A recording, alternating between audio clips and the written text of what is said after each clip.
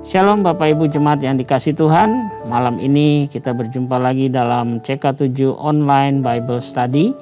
Nah, hari ini kita akan melanjutkan pembelajaran kita di dalam kitab 1 Tawarikh pasal 14 ayat 1 sampai 17. Nah, sebelum kita mulai pembelajaran kita, mari kita datang sama Tuhan. Kita menyembah Tuhan, minta hikmat Tuhan supaya kita bisa mengerti pelajaran pada malam hari ini. Mari sama-sama kita datang kepada Tuhan.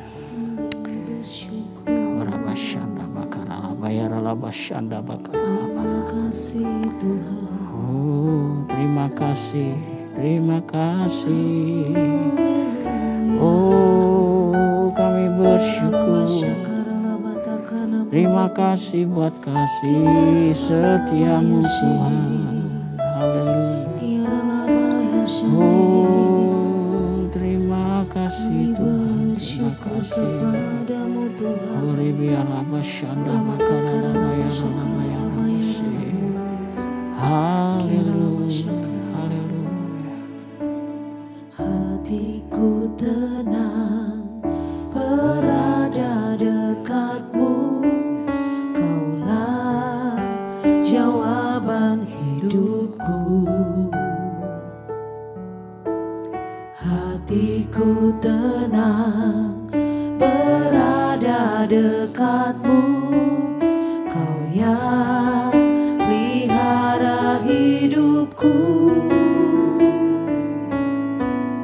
Pertolonganmu begitu ajaib. Kau telah memikat hatiku. Di saat aku tak sanggup lagi, di situ tanganmu bekerja. Pertolonganmu begitu ajaib. Kau telah memikat hatiku. Kini mataku tertuju padamu. Ku rasakan kasih-Mu Tuhan.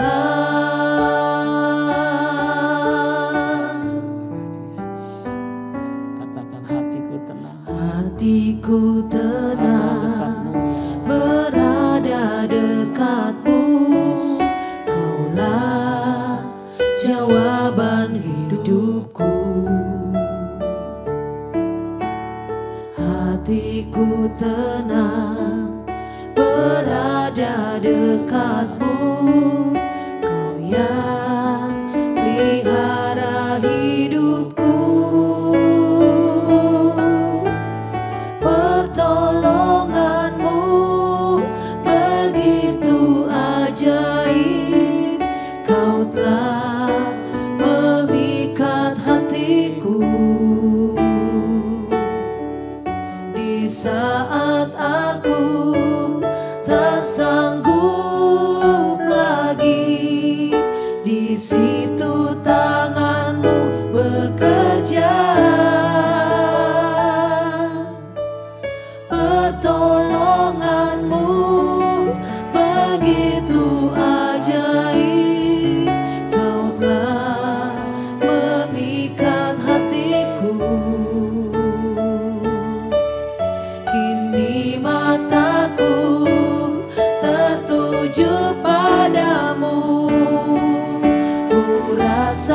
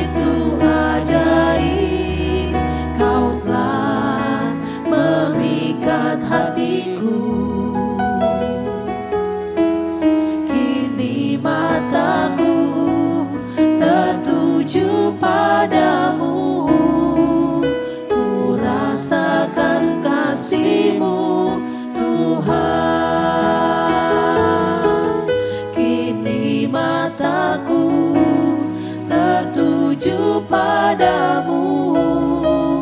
Ku rasakan kasih-Mu Tuhan. Kini mataku tertuju padamu. Ku rasakan kasih-Mu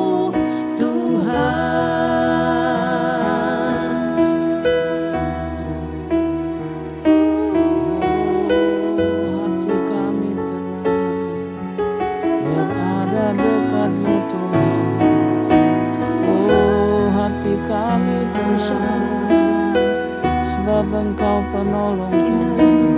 Suri biana masyanda bakara bayana. Haleluya. Engkaulah satu-satunya penolong kami. Oh, hati kami tenang Tuhan. Ura masyanda bakara bayana masyanda. Hiri biara laba syandara bakara.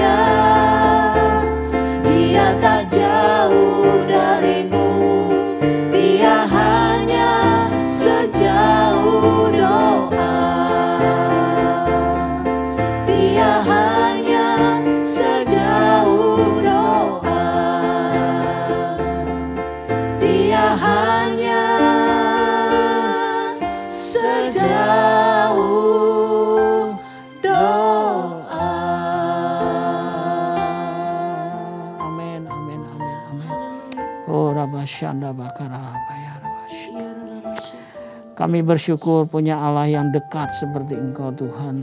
Kau sungguh Allah yang selalu ada di dalam kehidupan kami. Tidak pernah Kau tinggalkan kami Tuhan. Malam ini kami kembali bersyukur bisa belajar firman-Mu ya Tuhan. Karena itu bukalah mata rohani kami, bahkan juga pikiran kami untuk bisa menangkap, mengerti akan firman-Mu pada malam hari ini ya Bapa. Terima kasih. Kami berdoa biar Kau berkati setiap kami malam ini. Dalam nama Tuhan Yesus kami siap untuk belajar malam ini. Amin. Amin. Baik Bapak Ibu, kita akan lanjut ya. dalam 1 Tawarikh pasal yang ke-14 ayat 1 sampai 17. Nah, 1 Tawarikh 14 ini kita bagi nanti ada 2 perikop di situ ya, yang menceritakan dari ayat 1 sampai 7 itu adalah tentang istana dan rumah tangga Daud. Nah, di ayat yang ke-8 dan 17 sampai 17 ya, itu berbicara mengenai Daud yang memukul kalah orang Filistin. Ya, nanti satu persatu kita akan lihat ya. Nah, di ayat 1 dan 2 ya, kita akan baca dulu di pasal 14. Istana dan rumah tangga Daud. Hiram raja negeri Tirus mengirim utusan kepada Daud dan dan kayu aras, tukang-tukang batu dan tukang-tukang kayu untuk mendirikan sebuah istana baginya. Lalu taulah Daud bahwa Tuhan telah menegakkan dia sebagai raja atas Israel. Sebab martabat pemerintahannya terangkat tinggi oleh karena Israel umatnya. Ya. Jadi Bapak Ibu, di ayat 1 dan 2 ini ya, kita menceritakan bagaimana pengakuan Raja Hiram ya dari negeri Tirus, dikatakan itu untuk akan kepemimpinan Daud ya. Dia mengakui kepemimpinan Daud itu. Sehingga Raja Hiram itu responnya dia mengakui ya, dia mengutus tukang-tukang dan memberikan kayu-kayu untuk mendirikan istana buat Daud ya. Nah, Daud merespon di sini ya. Kita perhatikan tadi di ayat yang kedua ya. Daud itu merespon dengan pemahaman bahwa Tuhanlah yang menegakkan martabatnya di dalam pemerintahan dia gitu ya. Jadi di sini Daud mengerti benar bahwa ini Tuhan yang buat dia seperti ini. Tuhan yang mengangkat dia gitu ya. Nah, di sini memang kita kalau renungkan nggak mudah ya bagi seorang Daud. Kenapa? Karena Daud itu kalau perang menang, selalu dipenuhi dengan keberhasilan. Tetapi biasanya kalau orang yang sudah terus berhasil ya, dia akan cenderung untuk sombong ya. Tetapi Daud di sini dia mengerti ya, semua peninggian, semua pertolongan, semua kemenangan itu adalah dari Tuhan ya. Baik, kita lanjut ya di ayat 3 sampai 7 di sini. Daud mengambil lagi beberapa istri di Yerusalem dan ia memperanakan lagi anak-anak lelaki dan perempuan. Inilah nama anak-anak yang lahir bagi dia di Yerusalem. Syamua, Sobab, Natan, Salomo, Yibhar,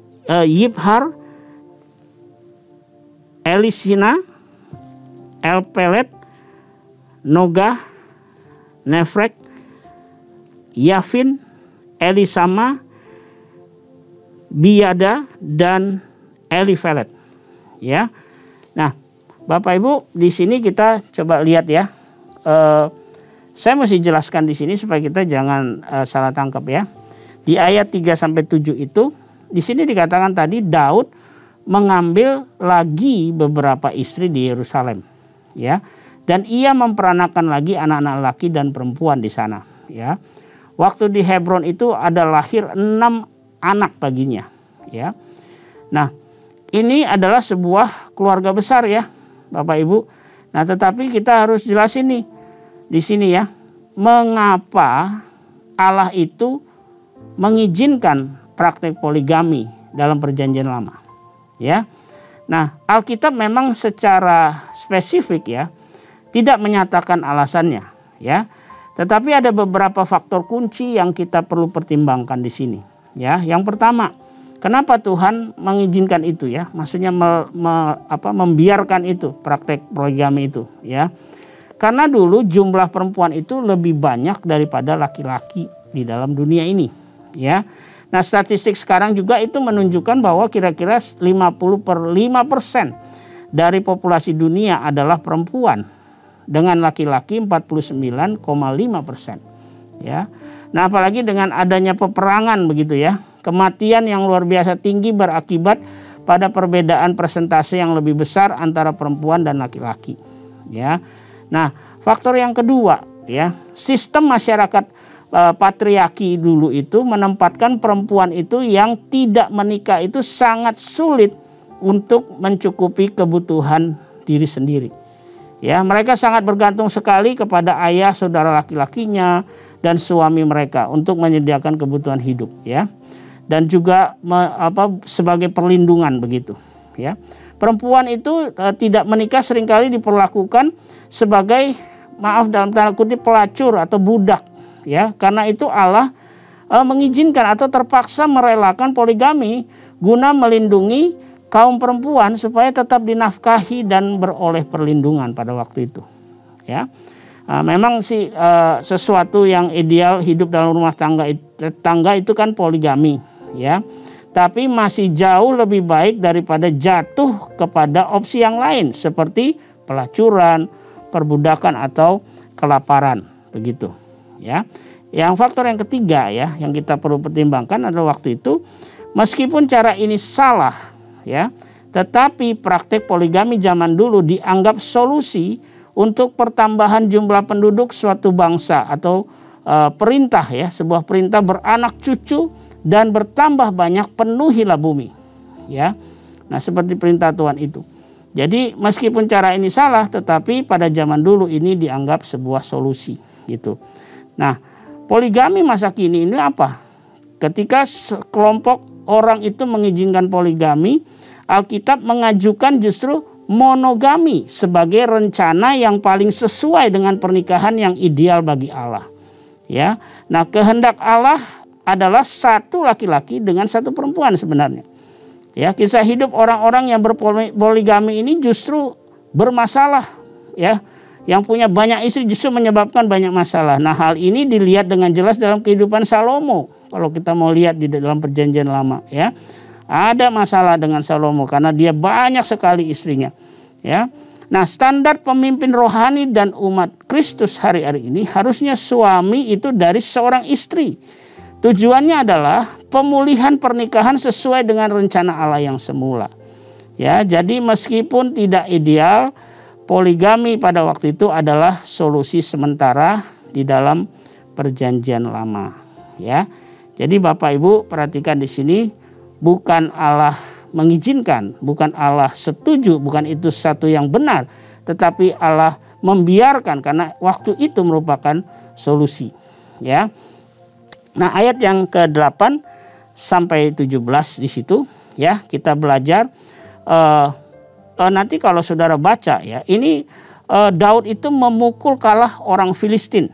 Daud itu adalah pemimpin gerakan orang Israel itu sejak masa Saul menjadi raja di dalam 1 Tawari 11 ayat 2. Nah, Daud itu banyak sekali mengalami kemenangan atas musuh-musuh Israel. Nah, pahlawan yang ada pada Daud juga itu pahlawan-pahlawan yang gak sembarangan, tetapi pahlawan yang gagah perkasa, sanggup berperang dengan baik. Tetapi dituliskan selalu di Alkitab tuh bahwa Daud tidak berperang dengan kekuatan pasukan tempurnya atau strateginya sendiri, ya. Daud berperang dengan arahan dan tuntunan serta pengaturan Tuhan, ya. Jadi saya ulang, ya, Daud berperang dengan arahan dan tuntunan serta pengaturan yang dari Tuhan. Nanti kalau saudara baca di sini berulang-ulang Tuhan berkata di dalam ayat 8 sampai 17 itu, ketika ada musuh datang, Daud bertanya kepada Tuhan.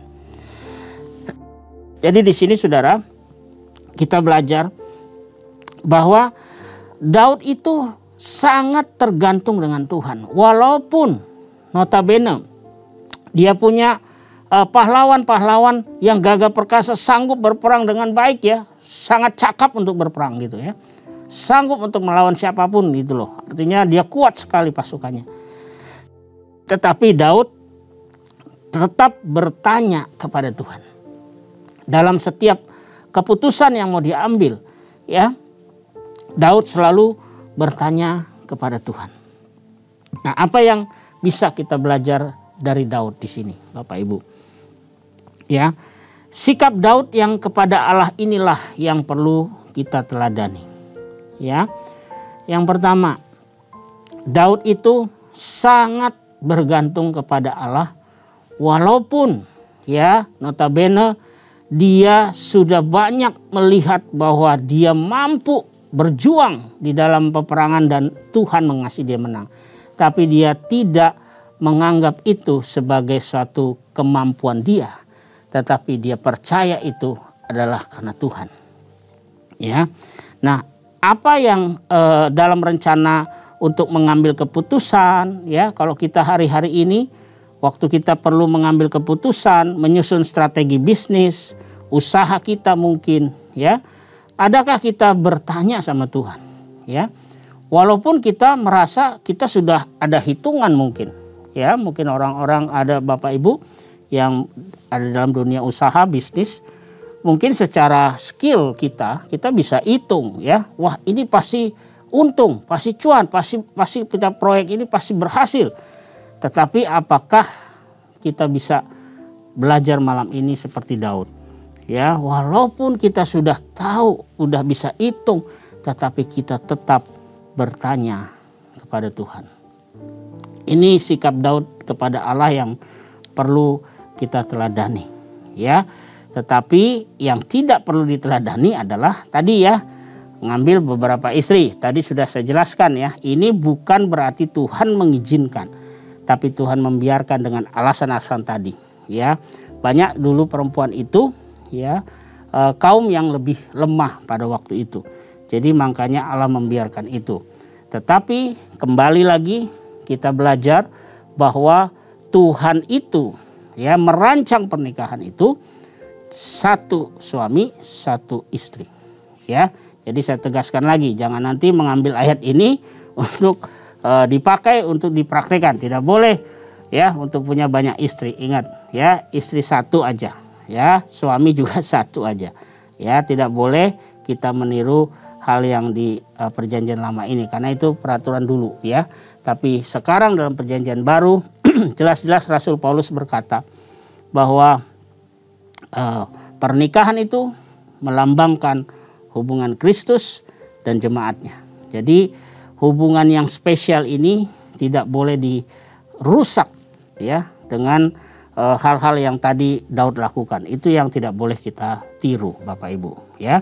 Tetapi yang sangat perlu kita tiru adalah ketika Daud dalam peperangan apapun ya, dia tetap bertanya kepada Tuhan. Dia sangat bergantung dan percaya bahwa kalaupun dia menang itu adalah karena Tuhan. Ini yang kita perlu belajar. Karena seringkali kita terganggu ya. Kadang-kadang kita pikir wah ini kayaknya saya yang kuat gitu ya. Nah jadi hati-hati kalau nanti kita menghadapi apapun, tiba-tiba kita berhasil, boleh berhasil bikin ini, bikin itu. Kita tetap harus belajar rendah hati ya di hadapan Tuhan. Seperti Daud ya, dia selalu bergantung kepada Tuhan. Nah, ada beberapa kali ditulis ya di dalam pasal ayat yang ke-8 dan 17 di situ berkali-kali Tuhan katakan ya, berulang kali bahwa Daud itu bertanya kepada Tuhan, "Bolehkah kami berperang?" Ya, supaya apa? Supaya bukan kehendak kita, tapi kehendak Tuhan yang jadi dalam hidup kita. Baik Bapak Ibu, mari malam ini kita renungkan firman ini. Ya, kalau ada di antara kita yang ditegur oleh firman Tuhan malam ini, mari kita belajar untuk kita boleh dikoreksi oleh Tuhan. Ya, supaya kita bisa belajar seperti Daud ya, memiliki hati yang selalu bergantung kepada Tuhan. Dan dia notabene dia punya kekuatan yang besar, tetapi dia tetap menganggap Allah itu di balik semua ini. Ya, semua kemenangannya itu karena Tuhan. Ya, baik, mari kita tundukkan kepala, kita berdoa malam hari ini. Bapa di surga, terima kasih buat perenungan pada malam hari ini, pembelajaran kami. Biarlah terus Tuhan Engkau curahkan hikmat-Mu bagi kami dan juga semua jemaat-Mu yang ada di rumah-rumah. Kiranya dengan pembacaan pada malam hari ini, firman-Mu ini boleh terus dibukakan oleh Tuhan, diwahyukan oleh Tuhan, sehingga kami semakin boleh mengenal Tuhan dan kami boleh hidup dalam kebijaksanaan sesuai dengan kebenaran firman-Mu. Terima kasih Bapa, berkatilah anak-anak-Mu yang ada di rumah-rumah. Biarlah malam hari ini melalui Daud kami boleh diberikan hati yang sungguh-sungguh rendah hati, bergantung kepada Tuhan dalam segala sesuatu. Karena kami percaya apapun yang kami lakukan, kalau kami boleh berhasil, kalau kami boleh menjadi orang yang diberkati Tuhan, itu semua karena Tuhanlah yang membuat kami boleh diangkat dan diberkati oleh Tuhan. Terima kasih Bapa, terima kasih. Ampuni kami kalau kami mulai sombong, ampuni kami Tuhan. Biar malam hari ini berikan hati yang sungguh-sungguh bergantung kepada Tuhan dan selalu bertanya kepada Tuhan dalam segala hal. Karena Engkaulah Raja kami, Engkaulah yang memerintah, Engkaulah yang merancang kehidupan kami. Bahkan firman-Mu berkata Engkau yang memelihara hidup kami. Berkati semua jemaat-Mu malam ini Tuhan. Kami percaya kami terus akan diberkati oleh firman-Mu melalui Bible Study ini. Terima kasih Bapak, terima kasih. Sebentar kami akan tutup Bible Study ini dan kami mau siapkan hati kami untuk menerima berkat daripada-Mu. Mari Bapak Ibu, jemaat yang dikasih Tuhan, mari angkat tangan-Mu, arahkanlah hatimu kepada Tuhan dan terimalah berkat yang berlimpah-limpah dari Allah Bapa kita. Kasih karunia dalam anaknya yang tunggal Tuhan kita Yesus Kristus. Dan persekutuan yang manis dengan Roh Kudus menyertai kita semua. Mulai saat ini sampai Maranatha. Tuhan Yesus datang menjemput kita semua di awan-awan yang permai. Bahkan untuk selama-lamanya. Mari kita yang percaya sama-sama katakan amin. Selamat malam. Tuhan Yesus memberkati.